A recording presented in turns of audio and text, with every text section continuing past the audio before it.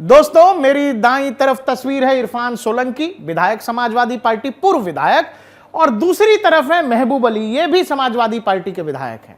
और दोनों में ही समानता है, दोनों एक बड़े प्लान पर काम कर रहे हैं, वो ये। और देश में बहुत सारे लोग समझ भी रहे हैं कि भाई जगह जगह डेमोग्राफिकल चेंज हो रहा है और ये जानबूझकर किया जा रहा है।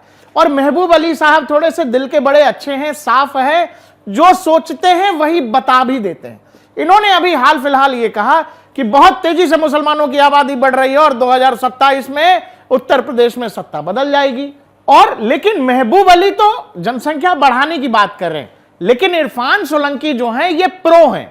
इनको पता है कि वो प्रोसेस थोड़ा लंबा है, काफी वक्त चला जाएगा उसमें। तो इरफान सोलंकी क्या है? इरफान सोलंकी ये है कि मतलब बाहर के लोग आए, उनका डॉक्यूमेंट, आधार, पैन कार्ड, बैंक, जन्म प्रमाण पत्र, सब कुछ हम बना दें और आप भारत के नागरिक हो गए। इरफान सोलंकी प्रॉपर प्रो वाला काम कर रहे हैं। महबूब अली साहब का भी काम ठीक है, लेकिन ये जो कह रहे हैं उसमें काफी समय जाएगा। ये जो काम कर रहे हैं इरफान सोलंकी पर जो आरोप है, इनका काम बिल्कुल ताजा है, एकदम इंस्टेंट। आप बांग्लादेश से हैं, आप अफगानिस्तान से हैं, आप पाकिस्तान से हैं, आप आइए, यहां आपको बकायदा सारे डॉक्यूमेंट्स मुहैया करा दिए जाएंगे। यही मामला है इन भाई साहब पर, इरफान सोलंकी पर।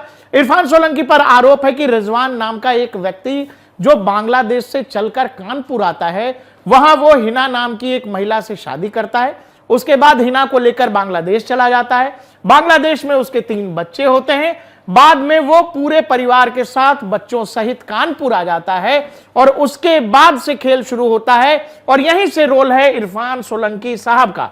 इरफान सोलंकी साहब और उनका एक सहयोगी बकायदा रिजवान, उसकी पत्नी और उसके 3 बच्चों के डॉक्यूमेंट्स मुहैया कराते हैं, मतलब आधार कार्ड, पैन कार्ड, बच्चों के जन्म प्रमाण पत्र तक इरफान सोलंकी साहब वहीं से बैठे बैठे, विधायक जी हैं, वहीं से सब कुछ तय कर देते हैं। इन पर यही आरोप है। उसके बाद क्या होता है, रिजवान पूरे फैमिली के साथ यहां आ जाता है, बच्चों का दाखिला बकायदा स्कूलों में हो जाता है और सब कुछ चल रहा है। कोटे से राशन उठ रहा होगा, हो सकता है प्रधानमंत्री आवास योजना टाइप का कोई मामला भी हो जाए, सरकारी योजनाओं का लाभ भी मिल रहा हो।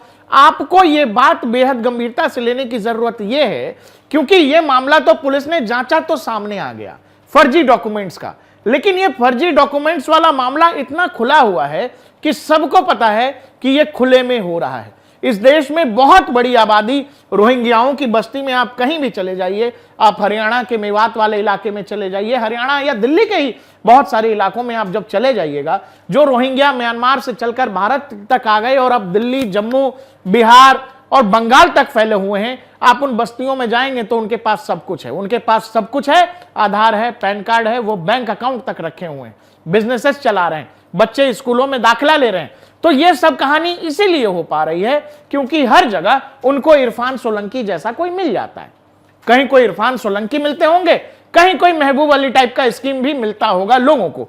और लेकिन इस मामले में अपडेट ये है दोस्तों कि ये भाई साहब चूंकि और भी मामलों में जेल में हैं, बहुत सारे केसेस इन पर चल रहे हैं, इस वाले मामले में फिलहाल कोर्ट ने सशर्त, जो रिजवान है वो इरफान सोलंकी और इनके जो एक और सहयोगी हैं जिनका नाम है पार्षद मन्नू रहमान, इन सबको कोर्ट ने सशर्त जमानत दी है।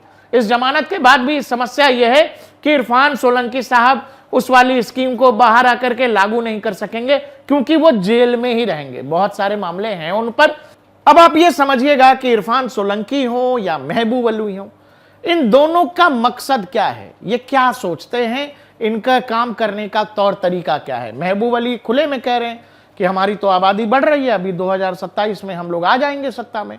ठीक है, किनके लिए कह रहे हैं, क्यों कह रहे हैं, ये आपकी समझदारी पर है। दूसरा, इरफान सोलंकी एक बांग्लादेशी नागरिक को यहां बाकायदा मुहैया कराता है सब कुछ। आखिर क्यों कराता है, आपको क्यों कराता है का जवाब ऐसे मिल जाएगा। निशिकांत दुबे ने संसद में कहा था कि भाई जो झारखंड के कई इलाकों में, संथाल रीजन में ऐसा हो रहा है कि बांग्लादेशी घुसपैठ के जरिए आते हैं, वहां की आदिवासी महिला से शादी करते हैं। अब चूंकि वो सारे इलाके निर्वाचित तौर पर भी आरक्षण के उसमें हैं, वो आदिवासी ही चुनाव लड़ सकते हैं, वो चाहे पंचायती राज के चुनाव हो। बाद में वो महिला जो है क्या है, चुनाव लड़के जीत गई तो पता लगा कि इनके पति तो बांग्लादेशी हैं। इस तरह का खेल देश के अलग अलग हिस्सों में कहीं कोई इरफान सोलंकी, कहीं कोई और नाम से लोग कर रहे हैं। फिलहाल इरफान सोलंकी को इस बांग्लादेश फर्जी डॉक्यूमेंट वाले मामले में सशर्त कोर्ट ने जमानत दे दिया है। बाकी पूर्व विधायक साहब को अभी जेल में ही रहना पड़ेगा, क्योंकि बहुत सारे मामले इन पर चल रहे हैं।